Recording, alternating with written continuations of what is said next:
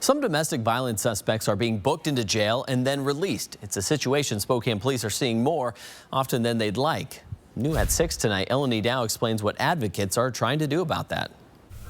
It's a cycle domestic violence advocates keep seeing. When people are booked into jail and released and booked in and released over and over, it doesn't send a message of holding people accountable. Holding people accountable is what the court system is supposed to do.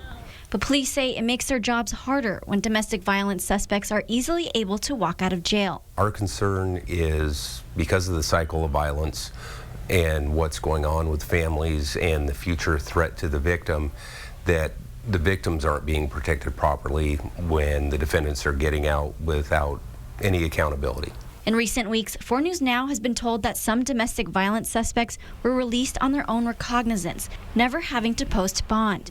One man even had his bond reduced significantly, even though he was a repeat offender. We have reached out to a judge to see why this does keep happening, but have not received a response yet. It happens most often on weekends. On one weekend, 7 DV suspects walked out with the judge not setting any bond. Because of the time constraints on how long they can be held before they see a judge will review the paperwork over the weekend, so they're actually not even appearing in front of the judge. When considering bond, judges take a look at the suspect's criminal history and danger to the community.